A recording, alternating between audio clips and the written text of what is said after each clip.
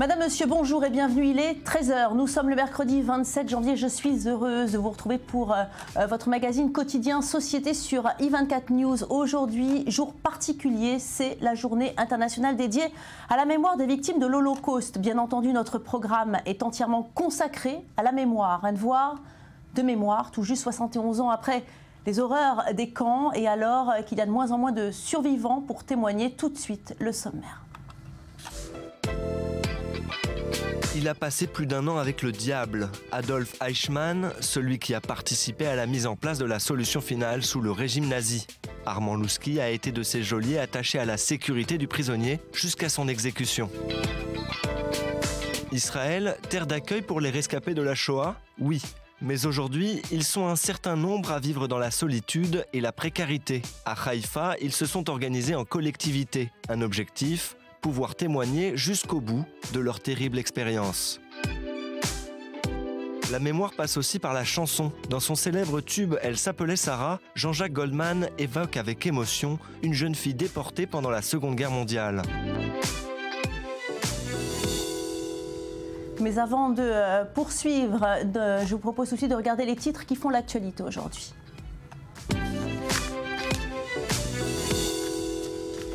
Christiane Taubira a démissionné. La garde des Sceaux opposée à la déchéance de nationalité sera remplacée par un proche de Manuel Valls, le député socialiste Jean-Jacques Urvoas.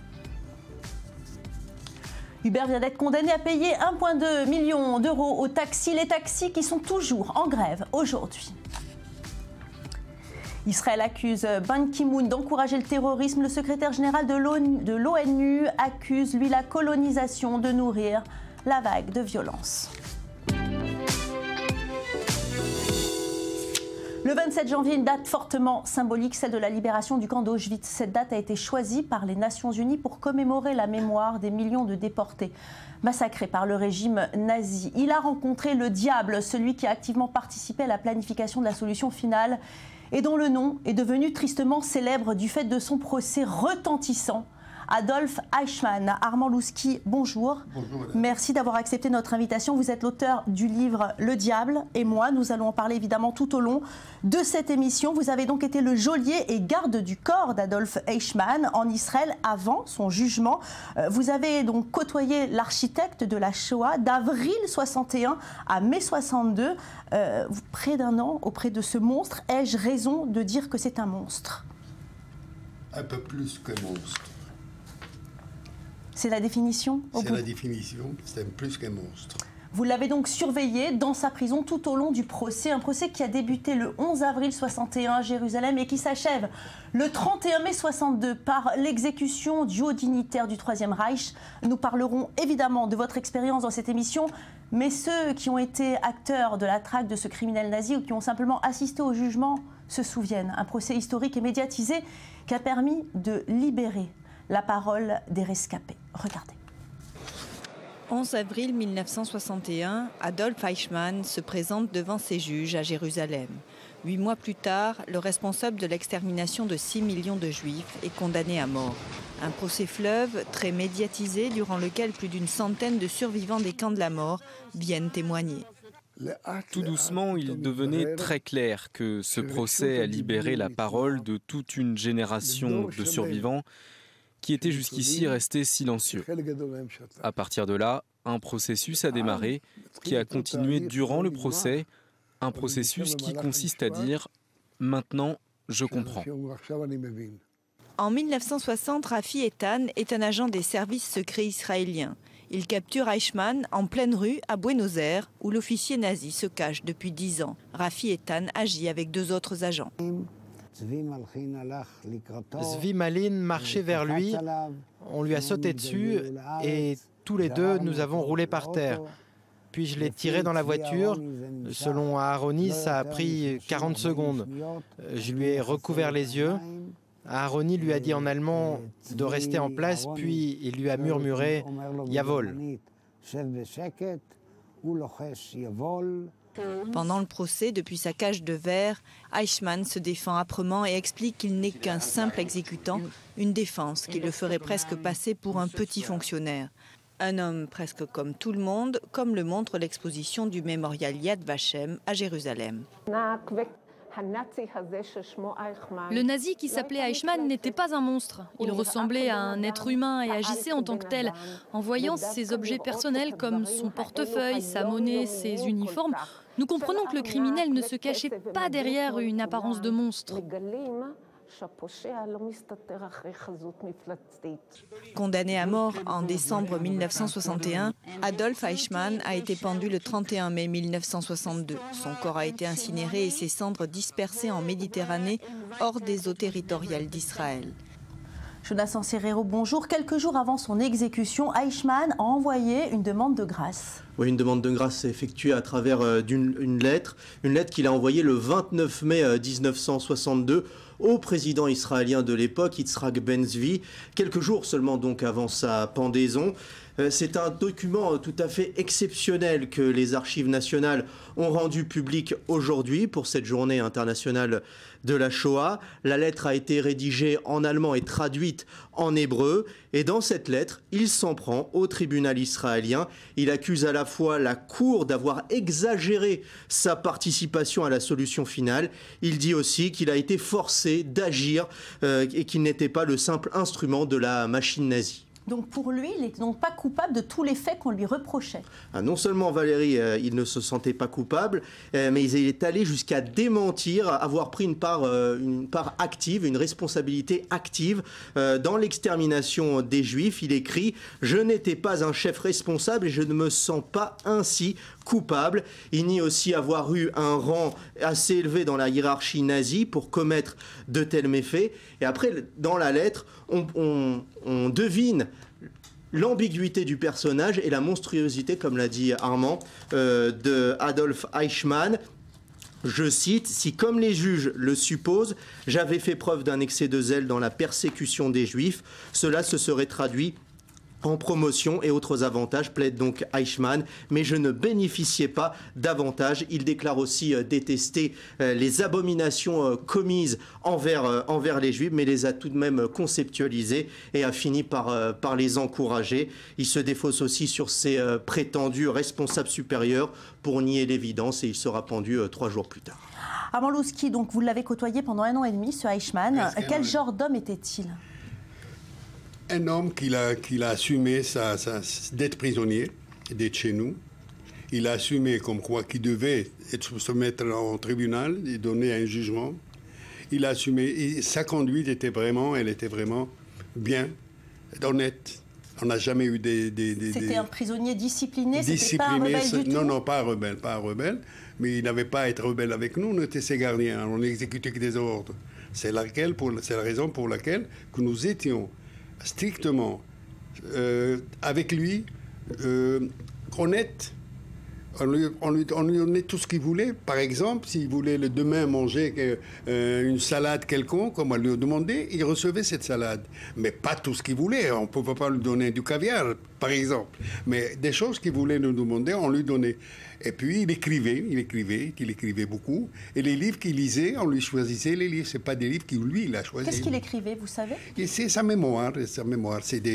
Il a écrit jusqu'à la fin du procès, il a dû écrire au moins dans les 1700-1780 pages, manuscritement. Alors, vous... à lire après, on lui donne des livres qui s'étaient... D'abord, les livres, il y avait un psychologue qui suivait toute cette parade-là. On lui donnait des livres sur les poissons au nord, au pôle Nord, des choses comme ça, qui s'instruire. Mais pas des guerres, mais pas des livres politiquement, non. Alors vous, votre famille et vous-même, vous êtes originaire du Maroc, vous n'avez donc pas directement subi la Shoah. Est-ce que vous pensez que c'est pour ça que vous avez été choisi pour ce poste? Oui. Oui? Oui. Comment vous avez été choisi? Il y avait une commission des généraux. Nous ne savions pas pourquoi on a été choisi au départ. On passait, chacun il avait son petit record, à lui son passé. Et puis ils nous ont mis dans une chambre, on nous questionnait toutes les questions. Après ils nous ont dit passer dans cette chambre. Et puis la deuxième fois, on passait dans une autre chambre. Et quand on est arrivé dans une chambre, on était à peu près dans les 40 personnes. Et bien, le jour même, ils nous ont pris, mais on ne savait pas pourquoi on a été choisi. Alors c'était quoi votre fonction? Votre rôle, c'était quoi, Armand? Au départ, on était un parmi les autres. On n'était pas spécialement ce garde-corps, mais une fois qu'on a commencé à travailler, on nous a choisi. Toi, tu dois être spécialement pour lui. Et rien que pour lui, je vais vous donner un exemple.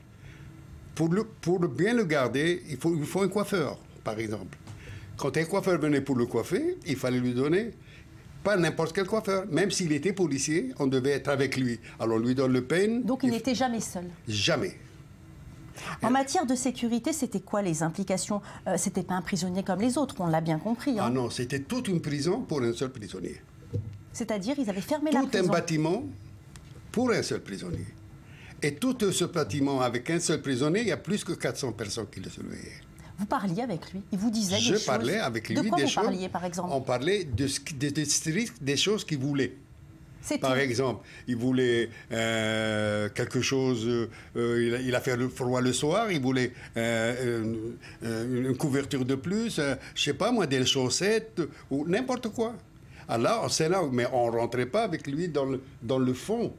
Dans le fond, si jamais il m'aurait demandé à moi ou à un autre, est-ce que demain va être l'investigation, elle va être comme ci ou comme ça, on disait non, on se mêlait pas. Mais est-ce qu'il y avait des échanges personnels? Des échanges personnels, bien sûr. Il fait chaud, il fait froid. Vous avez vu, qu'est-ce qu'il y a? Pourquoi on avait passé? Il faisait des booms. On n'était pas loin de l'armée de l'air, pas loin de chez nous. Il y avait qui faisaient des booms. Ils se demandaient qu'est-ce que c'est ça? On lui demandait d'où ça vient. Même la galette à Pessah, il a mangé, alors, comme nous. J'ai des photos dans mon livre. La première fois qu'on lui a donné une galette, ça l'a surpris. Jonathan? Pourquoi avez-vous été choisi? Pourquoi vous? Oh, moi j'ai été choisi parce que pourquoi moi? Nous étions presque 250 personnes. D'abord notre passé, dans l'information de la police elle-même. Moi j'étais jeune, je n'étais pas colonel comme aujourd'hui. Après j'ai fait mes études et tout, j'étais jeune. Pour moi c'était quelque chose de curieux de savoir, de rentrer dans cette... Qu'est-ce que c'est ça? Une fois qu'on a su que le prisonnier c'était Eichmann, on l'a su, c'était le même jour que le Ben Gurion a déclaré à la Knesset, au Parlement, comme quoi Adolf Eichmann a été arrêté par nos forces, etc. C'était le même jour que nous l'avons amené au tribunal, qui n'a été remis à la police d'Israël, et qu'on a sorti, vous savez, en Israël, il y a des lois. Quand quelqu'un est arrêté, on doit l'amener vers un juge dans les 48 heures. C'est la première fois dans le livre, vous avez tout, le juge qui ne savait pas que la personne qui était devant lui. Mais vous disiez que vous parliez avec lui, mais en quelle langue vous communiquiez? Espagnol. Mais vous connaissiez déjà l'espagnol? Je connaissais l'espagnol, oui. Il vous a appris quelques mots? Rien du tout. Il n'a rien à m'apprendre. Bon. Vous deviez le protéger de quoi? Vous aviez peur de quoi? Que quelqu'un veuille le tuer, qu'il veuille se suicider? Je vais vous dire une chose, madame. Ce monsieur, il a été amené en Israël à cause, il a été kidnappé. On a eu des ruptures avec l'Argentine. Le monde entier était braqué sur cette affaire. Arrestation. Si jamais il se suicide, mettons, qu'est-ce qu'on va dire? Qu'il n'y avait pas de preuves contre lui? Et que les 6 millions de Juifs n'ont pas été morts? Et s'il a été... Mettons, on avait des rumeurs, il y avait des choses qu'on pouvait aussi le libérer en allant au tribunal. Des commandos pouvaient le prendre. Et des fois, d'abord, pour garder sa santé, il fallait que tous les matins, il y avait un docteur qui venait le voir. Et à part le docteur qui venait le voir, nous devons donner des comptes rendus au médecin. Il a souffert le soir, il a eu un mal de tête. Il fallait le suivre, il fallait le garder sain, sauf et vie, pour le tuer après. Armand Louski, je voudrais que nous revoyions ensemble ces images. Regardez, je suppose que vous les avez vues et revues de cet homme, Adolf Eichmann, dans une cage en verre. Alors il a l'air impassible devant ses juges, mais surtout face aux témoignages accablants de ceux qui sont revenus de l'enfer. Ces images, est-ce qu'elles ont toujours le même effet sur vous? Et surtout, quel effet ont-elles sur vous? Il avait un tic nerveux à chaque fois. Il faisait, si vous avez suivi un peu ses émissions, il avait un tic nerveux qu'à chaque fois il faisait. Chaque fois qu'il avait quelque chose qui n'allait pas avec lui-même, il avait ce tic nerveux qui venait après. Vous voyez? Ça, c'est une chose. Deuxième chose, quand on lui a présenté des choses devant lui, comme le monsieur qui a donné un témoignage, qui s'est évanoui, il s'est tombé par terre, il a pleuré, une femme, et tous ceux qui ont témoigné, lui, ça lui a fait ni chaud ni froid. Il était là comme un glaçon. Ce procès, Maurice, à Jérusalem, il a été donc retransmis dans le monde entier. Les images sont gravées dans les mémoires collectives. Quelle est la valeur historique? Écoutez, en tout cas, ça a une valeur personnelle. Moi, j'ai vu ces images, j'avais 10 ans. Ça a été un choc de voir en personne un des responsables de l'extermination nazie. Pour moi, c'était pratiquement incroyable. On lisait ça dans des livres, mais on ne pouvait pas imaginer que c'était des personnes qui existaient. Alors de le voir, ça a été déjà un premier choc. Ensuite, il faut dire que l'État d'Israël n'avait pas beaucoup de moyens à l'époque, et malgré ce manque de moyens, ce procès a été diffusé dans le monde entier, avec pratiquement, je crois, 250 journalistes qui assistaient à chaque audience et qui retransmettaient. Alors à l'époque, il n'y avait pas de cellulaire, ni d'Internet, ni d'ordinateur, mais qui transmettait par téléphone tout ce qui se passait dans la salle d'audience. Et là, il y a eu également une ampleur énorme. Pour l'État d'Israël, ça a été l'État d'Israël, l'État qui ne pardonne pas, l'État qui poursuit jusqu'au bout ces assassins et qui ne leur laisse pas de répit. Ça a été la gloire, disons une heure de gloire d'Israël. Comment vous analysez l'effet de ces images? L'effet de ces images, c'est aussi la libération de la parole sur la Shoah. D'abord, il faut comprendre qu'à cette époque-là, dans les années 60, les rescapés qui étaient venus s'installer en Israël n'avaient pas une image remarquable. Ils avaient un peu honte. Et les Israéliens les regardaient comme des gens, finalement, qui n'ont pas su se défendre, qui n'ont pas su se battre. Donc leur statut était un statut un peu en retrait, souvent discret. Or là, ce procès a libéré la parole, a libéré les témoignages, et ils sont entrés de plein pied dans la société israélienne. Ça, pour Israël, c'est un moment historique. Armand, comment vous avez pu protéger un homme qui avait autant de sang sur les mains? Vous savez, nous, on est des militaires, on est des policiers. On doit respecter, on est des disciplines. Mon but, c'était de le protéger. Mais votre famille, elle savait que vous faisiez ce travail. Et elle ne vous disait pas, mais comment vous faites? Comment tu fais? C'est ça le mal de notre métier. Des fois, on fait des choses qu'on ne veut pas les faire. Mais on doit les faire. Il n'y a pas un autre qui doit le faire à notre place. On doit le garder, on doit l'apporter en bonne santé, au tribunal, donner son jugement, et puis, après, le verdict qui sera comment il sera. Oui, alors, il y a beaucoup d'histoires qui circulent sur l'exécution. Est-ce que vous étiez présent les dernières heures? À côté, oui. Alors, il paraît qu'il y aurait eu 2 bourreaux, c'est vrai ça? Non, il y avait un seul. Ça, c'est faux. Et comment il était les dernières heures? Nerveux? Vous le sentiez un peu plus nerveux? Bien sûr, monsieur, quelqu'un qui va aller mourir. Je vais vous donner une anecdote. Le jour qu'il a eu il a été refusé son appel au tribunal de l'ordre d'instance, il lisait un livre sur le pôle Nord. Quand il finissait de lire un livre, la dernière page, il a plié. Il l'a laissé sur le lit. Et puis quand il a eu ce jugement, c'est le dernier jugement, on lui a dit « tu vas être pendu jusqu'à ta mort ».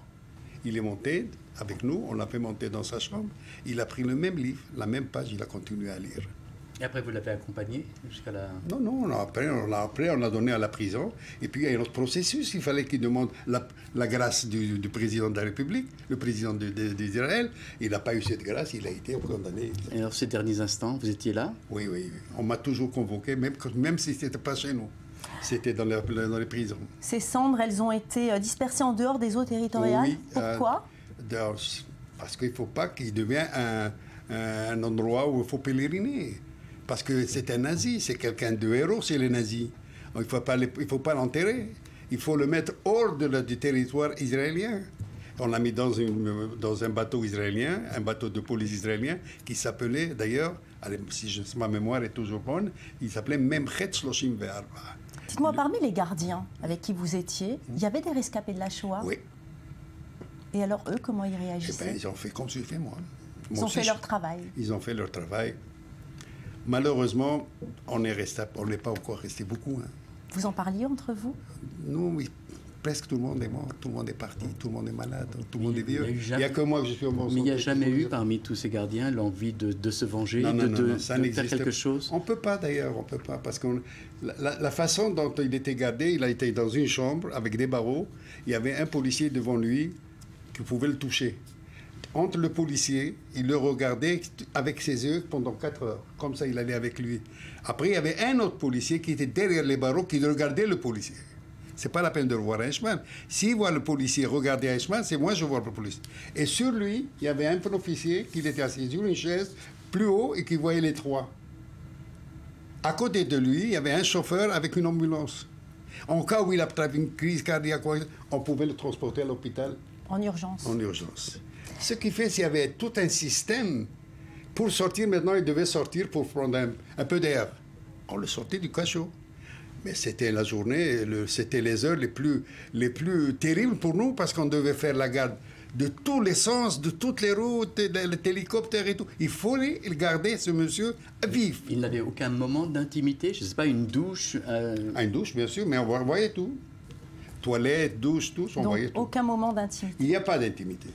Merci beaucoup Armand Lousky d'avoir accepté de nous raconter votre histoire. Vous étiez vraiment le bienvenu chez nous. Je vous remercie, madame. Nous sommes longuement attardés sur le bourreau, mais cette journée est consacrée aux victimes et aux rescapés de la Shoah. Pour ces derniers, le traumatisme est évidemment toujours présent jusqu'à maintenant et ne s'est pas atténué avec les années, bien au contraire. Aujourd'hui, ils ressentent un besoin impérieux, celui de transmettre. Par exemple, Eva Faidi, une des rescapées d'Auschwitz, qui s'exprime par la danse. Cette Hongroise de 90 ans monte sur les planches parce que, dit-elle, il n'est jamais trop tard. Regardez. Des exercices d'assouplissement avant sa séance d'entraînement, quoi de plus normal pour tout danseuse étoile. Sauf que l'artiste présent sur le tapis est âgée de 90 ans. Elle est aussi survivante d'Auschwitz-Birkenau. Eva Faidi a fait partie des 440 000 juifs de Hongrie envoyés en quelques semaines dans les camps de la mort. Ses rêves de pianiste brisés par la barbarie nazie, la nonagénaire a choisi la danse comme thérapie 71 ans après l'horreur. Eva Faidi raconte son histoire au travers de quelques pas de danse. L'Allemagne a déjà pu admirer 3 de ses représentations organisées à l'occasion de la journée internationale dédiée à la mémoire des victimes de l'Holocauste. C'est que voilà, j'en suis là malgré tous mes traumatismes, toutes mes souffrances. Je suis une personne joyeuse et j'aime la vie et je l'ai fait parce que je voulais le faire.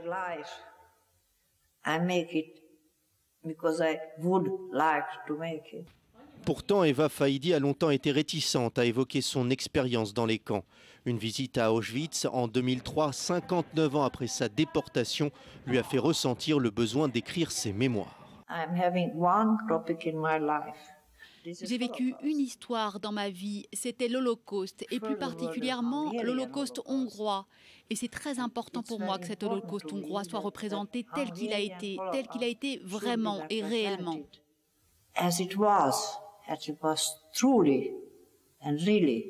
Dans l'une des scènes les plus poignantes du spectacle, la danseuse Emeze Kuroa, 36 ans, soulève Eva comme un bébé. Le moment est fort. Pour la chorégraphe du spectacle, il a valeur de transmission.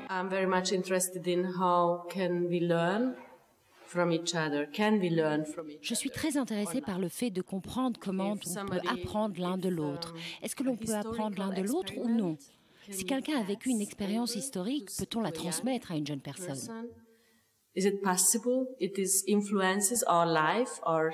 La pièce s'est déjà jouée 8 fois à guichet fermé au prestigieux théâtre Viginage de Budapest. Eva Faidi a aussi participé en janvier 2015 aux côtés de la chancelière allemande Angela Merkel à une cérémonie à Berlin commémorant les 70 ans de la libération d'Auschwitz.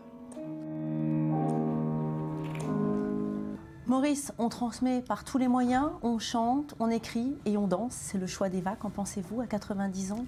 C'est émouvant parce que cette volonté de transmettre jusqu'au dernier moment, c'est un peu le message que ces rescapés veulent nous donner aujourd'hui. Vous savez qu'il meurt presque 14 000 rescapés par an en Israël. Bientôt, il n'y aura plus personne pour témoigner. Et cette volonté impérieuse d'amener un témoignage existe et les fait vivre en fait. D'autant qu'il y en a de moins en moins. Ce devoir de mémoire, vous sentez qu'il est de plus en plus important? Oui, il y en a de moins en moins. Je vous l'ai dit, 1 millier par mois qui décèdent, 14 000 dans l'année. Et l'environnement de ces rescapés, vous savez d'ailleurs du reste qu'ils ne veulent pas qu'on les appelle des rescapés. Généralement quand on discute avec eux, ils évitent ce terme parce que rescapés c'est un peu statique. Ça veut dire qu'à un moment ils étaient dans des situations d'intolérance. Quel terme préfère-t-il? Il préfère survivant, parce que survivant, ça veut dire que l'affaire n'est pas finie. Cette affaire va les suivre jusqu'à leur dernier jour pour eux. Ils veulent raconter, pour eux, dire qu'ils sont rescapés, ça veut dire que, bon, ok, l'aventure est terminée, ce traumatisme est passé. Non, ça se vit encore en eux, un traumatisme très profond et qui ne s'arrange pas avec les années. Des cicatrices encore ouvertes. Absolument. Et qui ne se fermeront jamais, Maurice Isservan. Il suffit de voir ces témoignages pour comprendre que jusqu'à leur dernier souffle, c'est encore présent. Ils n'arrivent pas même à exprimer. Ils pensent souvent qu'on est incapable de comprendre ce qu'ils ont vécu. D'où cette volonté de dire et de redire pour s'assurer que nous comprenons bien, que nous avons bien saisi le message. Restez avec nous dans quelques instants, nous parlerons du devoir de mémoire. Chaque année, les rescapés sont de moins en moins nombreux. Ils ont le sentiment que le temps presse, mais parfois, vous le verrez, ce sont les jeunes qui prennent le relais, comme dans un lycée de Gennevilliers. Par exemple, nous évoquerons aussi ceux qui ont su dire non et qui ont risqué leur vie pour sauver les Juifs, les justes des nations, trop souvent oubliés. Restez là.